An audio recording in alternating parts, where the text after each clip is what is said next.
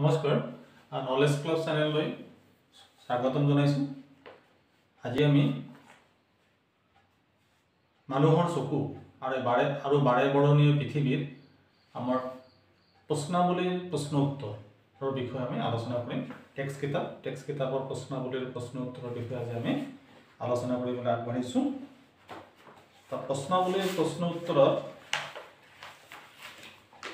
Number 1 page 190 page 190 পেজৰ আমি number 1 লৈ আগবাঢ়িছো। নম্বৰ 1 কি আছে? চকুৰ উপযোজন ক্ষমতা কি? এটো দি দিছে চকুৰ উপযোজন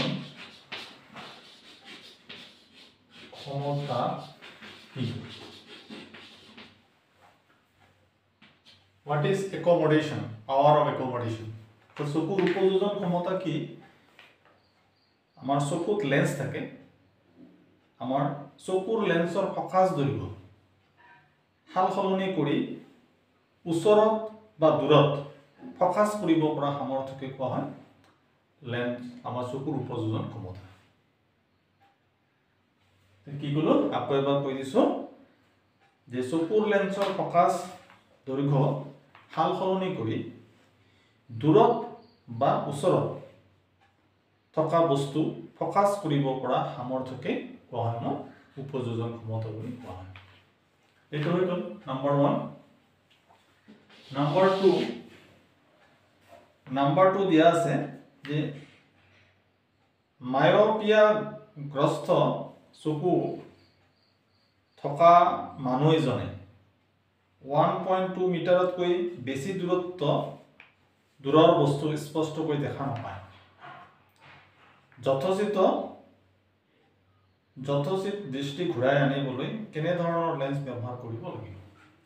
কি কৈছে আকৌ এবাৰ কৈ দিছো যে মায়োপিয়া দৃষ্টিগ্ৰস্ত বা মায়োপিয়া গ্ৰস্ত চকু থকা মানুহ এজনে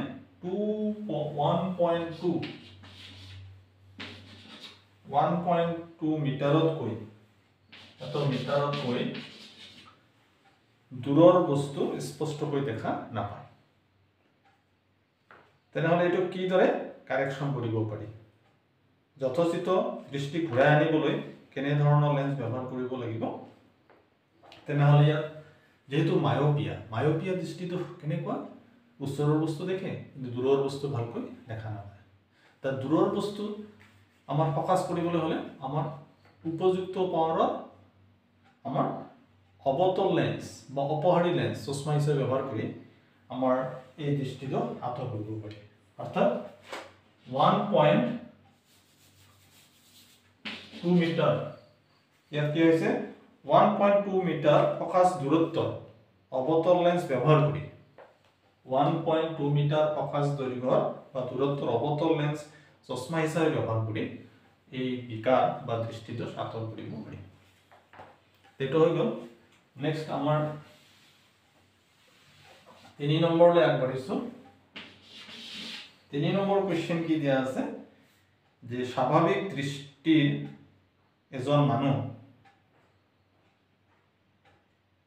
এজনৰ বাবে দূৰবিন্দুৰ ওচৰ বিন্দু কি? আকৌ এবাৰ কৈছো স্বাভাৱিক দৃষ্টিৰ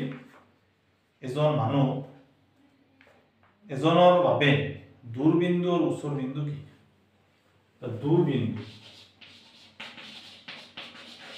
দূৰবিন্দু ফাৰ পইণ্ট বুলি কোৱা হয় আৰু ওচৰ বিন্দু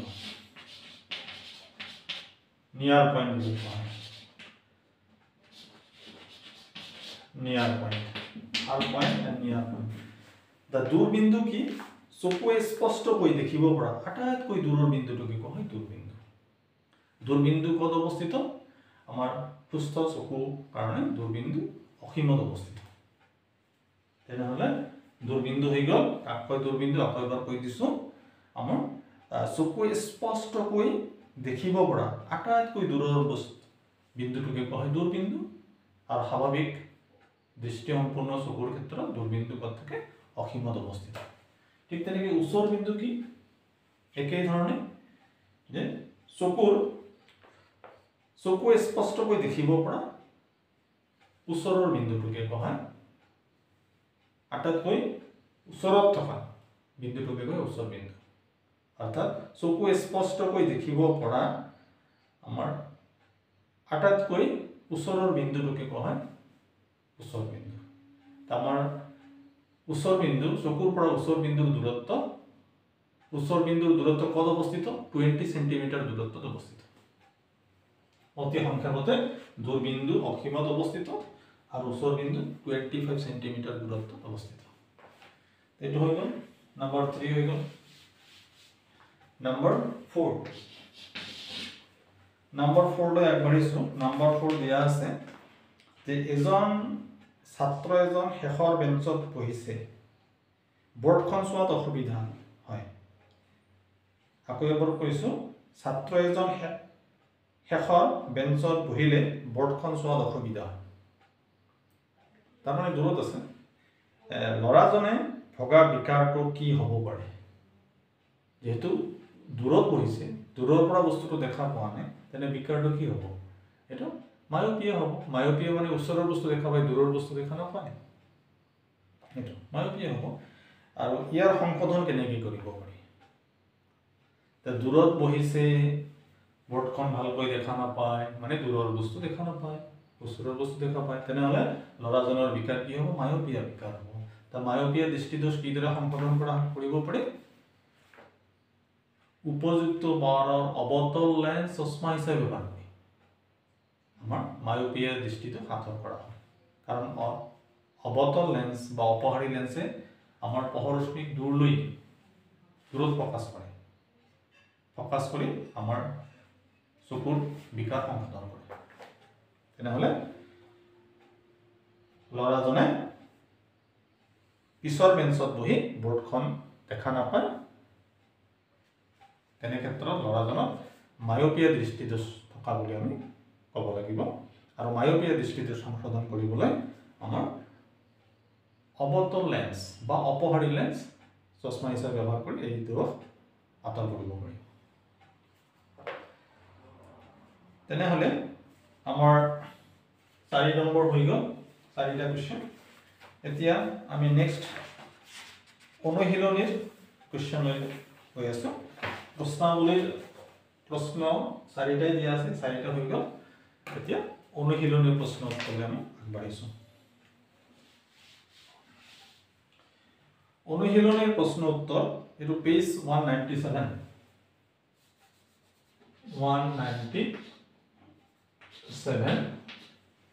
এটা অনুশীলনীৰ প্ৰশ্ন উত্তৰ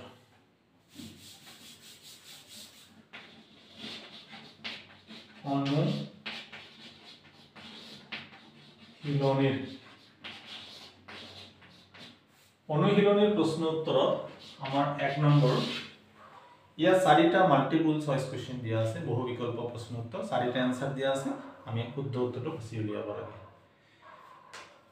ইয়াত নম্বৰ 1 দিছে যে মানুহৰ চকুৱে চকুৰ লেন্সৰ ফকাস দৈৰ্ঘ্য সালসলনি কৰি বিভিন্ন স্থানত অৱস্থিত বস্তু ফকাস কৰিব পাৰে ইয়াৰ কাৰণ কি ইয়াৰ কাৰণ 4টা দিছে নম্বৰ 1 দিছে আমাৰ প্ৰেছ বায়োপিয়া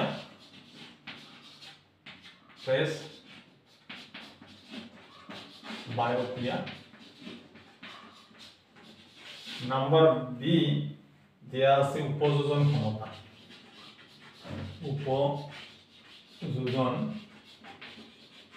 ক্ষমতা নম্বৰ সি দিয়া আছে নিকট গ্ৰস্ততা নম্বৰ ডি দিছে দূৰদৃষ্টিগ্ৰস্ততা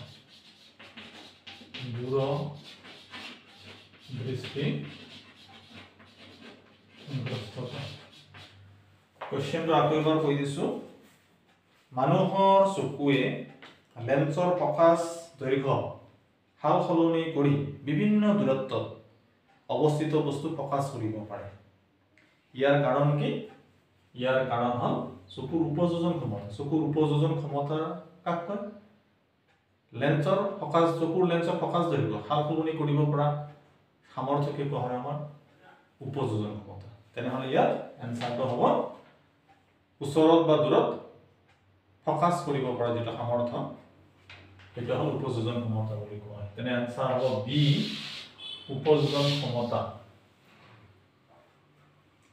এটা হৈ গল নাম্বাৰ 2 লৈ আগবাঢ়িছো নাম্বাৰ 2 দিয়া আছে মানুহৰ চকুৱে বস্তু এটাৰ প্ৰতিবিম্ব গঠন কৰে স্থান কি চাৰিটা অপচন দিছে এ অপচনত দিয়া আছে কৰ্নিয়া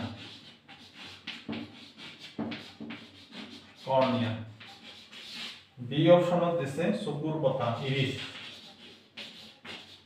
চকুৰ পতা বা ইৰিস বুলি কয়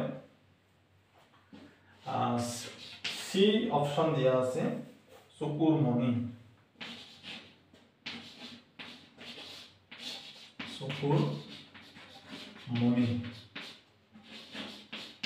আৰু ডি অপশনত দিয়া আছে অক্ষিপট বা ৰেটিনা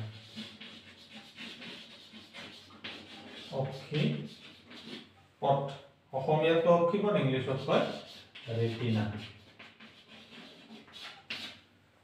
তেনে আকৌ এবাৰ কৈছো মানুহৰ চকুৱে বস্তু এটা প্ৰতিবিম্ব গঠন কৰা স্থান কি অক্ষিপট বা ৰেটিনা আমাৰ অক্ষিপট বা ৰেটিনা আমাৰ বস্তুৰ প্ৰতিবিম্ব গঠন হয় তেনেহলে আনসাৰ হ'ব ডি অক্ষিপট বা ৰেটিনা নেক্সট নম্বৰ 3 লৈ আগবাঢ়িছো নম্বৰ 3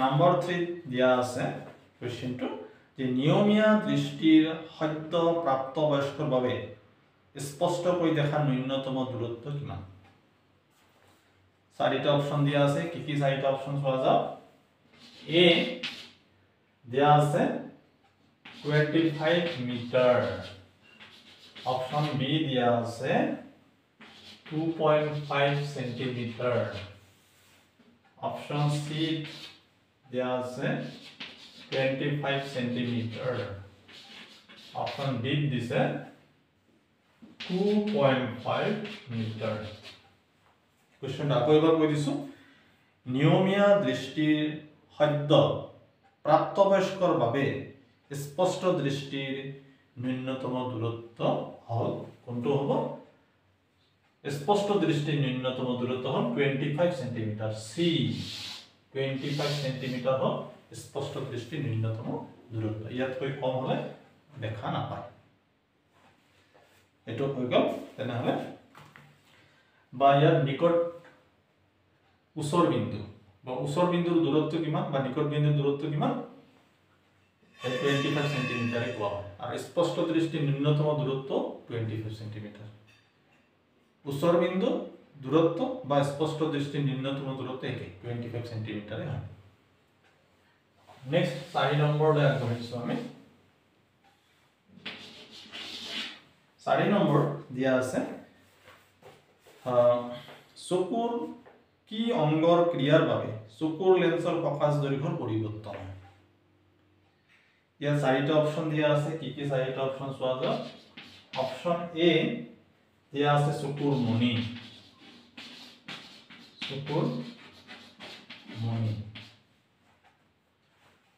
অপশন বি দিয়া আছে অক্ষিপট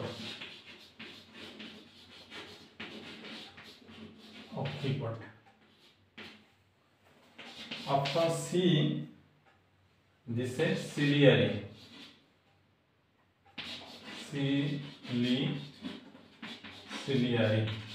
एक्चुअली सिलियारी पेशी হ'ব লাগে ইংলিশত দিয়া আছে সিলিয়ারি মাসল মানে পেশী ইয়াত অকল সিলিয়ারি দিছে তাৰ পিছত দিছে 4 নম্বৰ বি চকুৰ পতা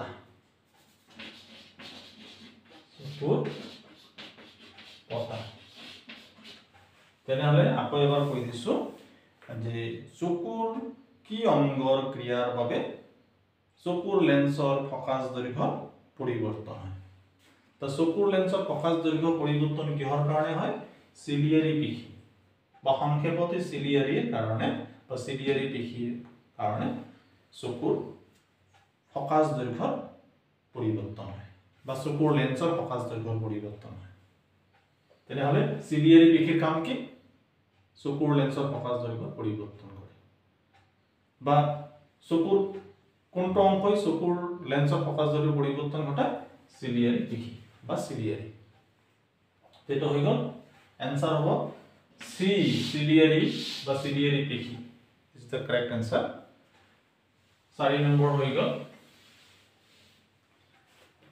5 নম্বৰটো আমাৰ অংক আছে আমাৰ পাৱাৰৰ লেন্সৰ পাৱাৰ এটো নালাগে এটো আমি বাদ দিছো এতিয়া নেক্সট চাইছো আমি 8 number 8 दिया আছে কি নেক্সট number 5 বলছো সিরিয়ালি 5 দিছো সাধারণ চকুৱে এটা 25 সেন্টিমিটাৰতকৈ ওচৰত ৰখা বস্তু দেখা নাপায় কিয় মানে স্পষ্ট দৃষ্টি নিম্নতম দূৰত্ব বা ওচৰ বিন্দুৰ দূৰত্ব 25 সেন্টিমিটাৰ 25 সেন্টিমিটাৰ দূৰতকৈ স্পষ্ট দৃষ্টি নিম্নতম দূরত্ব আমার 25 সেন্টিমিটার এই 25 সেন্টিমিটার থেকে কম হলে আমার দেখা না পায় কিও দেখা না পায় তার কারণ কি তার কারণ হল আমার কি যে সিলিয়ারি পেশীয়ে ফকাস দৈৰ্ঘ্যৰ পৰিৱৰ্তন ঘটায় এই সিলিয়াৰি পেশীয়ে 25 সেন্টিমিটাৰতকৈ ওচৰত থকা বস্তু এটা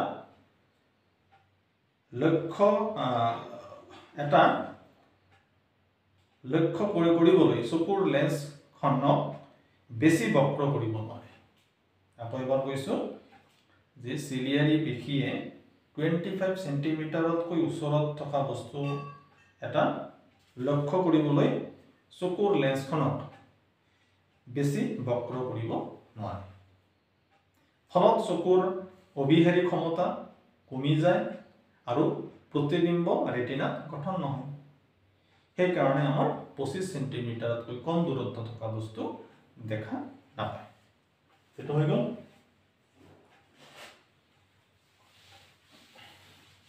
আকৌ এবাৰ কৈছো 25 সেন্টিমিটাৰতকৈ কম দূৰত্ব থকা বস্তু কিয় দেখা নাপায় তেনেহলে আমাৰ চিলিয়াৰী পেশীয়ে 25 সেন্টিমিটাৰতকৈ ওচৰত থকা বস্তু এটা লক্ষ্য কৰিবলৈ চকুৰ লেন্সখনক বেছি বক্ৰ কৰিব নোৱাৰে ফলত চকুৰ অবিহাৰী ক্ষমতা কমি যায়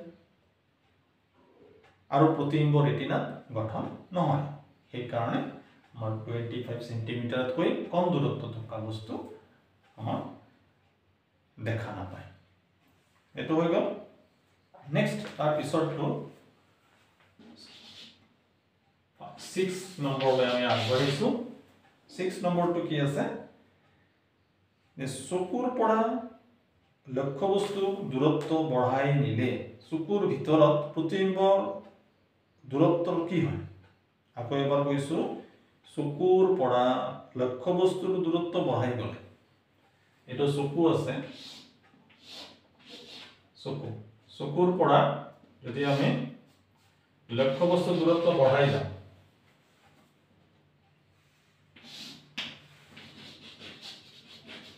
লক্ষ্য বস্তু চকুৰ পৰা লক্ষ্য বস্তুৰ দূৰত্ব যদি বঢ়াই যোৱা হয় তেনেহলে কি কৈছে ইয়াত নিলে চকুৰ ভিতৰত প্ৰতিবিম্বৰ দূৰত্ব কি হয় চকুৰ ভিতৰত প্ৰতিবিম্বৰ দূৰত্ব আমাৰ কোনো সালসলনি নহয় একেই থাকে এই কথাটো আমি মনত ৰাখিব লাগিব যে চকুৰ লেন্স আৰু ৰেটিনাৰ মাজৰ দূৰত্ব সদায় একেই থাকে যাৰ ফলত আমাৰ চকুৰ লেন্সৰ কি কলো চকুৰ লেন্স আৰু ৰেটিনাৰ মাজৰ দূৰত্ব সদায় একে থাকে বা সমান থাকে, যাৰ ফলত কি হয় আমাৰ চকুৰ পৰা লক্ষ্যবস্তুৰ দূৰত্ব বঢ়াই দিলে চকুৰ ভিতৰৰ প্ৰতিবিম্ব আমাৰ দূৰত্বৰ কোনো সালসলনি নহয়। এইটো হৈ গ'ল। নেক্সট 8 নম্বৰলৈ আগবাঢ়িছো। 8 নম্বৰ কি আছে, তৰাই তিৰিবিৰাই কিয়? বায়ুমণ্ডলীয় প্ৰতিসৰণৰ কাৰণে তৰাই তিৰিবিৰাই। বায়ুমণ্ডলৰ ভৌতিক অৱস্থাৰ ভৌতিক পৰিৱৰ্তন ঘটে, যাৰ ফলত আমাৰ তৰাবিলাকৰ স্থানত সালসলনি হোৱা যেন লাগে। আৰু তৰাৰ আমাৰ পোহৰ আমাৰ সমানে যায় নাপায়, অৰ্থাৎ কৰবাত পোহৰ ৰশ্মি ঘন হয়, কৰবাত পাতল হয়, যাৰ ফলত আমাৰ তাত বায়ুমণ্ডলীয় প্ৰতিসৰণ ঘটে। আৰু বায়ুমণ্ডলীয় প্ৰতিসৰণৰ কাৰণে মাধ্যমৰ হেৰফেৰ হয়, মাধ্যমৰ হেৰফেৰ হোৱাৰ কাৰণে তৰাৰ পোহৰৰ তাৰতম্য ঘটে, যাৰ ফলত আমাৰ তৰা তিৰিবনি দেখা যায়। এইটো বায়ুমণ্ডলীয় প্ৰতিসৰণৰ কাৰণে তৰাই তিৰিবিৰাই। এইটো হৈ গ'ল। নেক্সট দিয়া আছে ৰাতিপুৱা সূৰ্যক ৰঙা দেখি কিয়? ৰাতিপুৱা সূৰ্যক ৰঙা দেখি, কাৰণ ৰাতিপুৱা আমাৰ এইটো ৰঙা পোহৰৰ বিক্ষেপণ ঘটে। ৰঙা পোহৰৰ বিক্ষেপণৰ কাৰণে আমাৰ ৰাতিপুৱা বা আমাৰ সন্ধিয়া বেলি উঠাৰ সময়ত বা বেলি ডুবাৰ সময়ত ৰঙা দেখি, এইটো ৰঙা ৰঙৰ পোহৰৰ বিক্ষেপণ ঘটে, বা বগা পোহৰৰ ৰঙা উপাংশটো ৰঙা ৰংটো বিক্ষেপণ ঘটে। আমাৰ বায়ুমণ্ডলৰ ক্ষুদ্ৰ ক্ষুদ্ৰ কণিকাৰ দ্বাৰা এই ৰঙা ৰংটোৰ বিক্ষেপণ ঘটাৰ কাৰণে আমাৰ ৰঙা দেখি। আজিলৈ ইমানতে সামৰিছোঁ। ভিডিঅ'টো চোৱাৰ কাৰণে ধন্যবাদ জনাইছোঁ। আকৌ লগ পোৱাৰ আশাৰে নমস্কাৰ।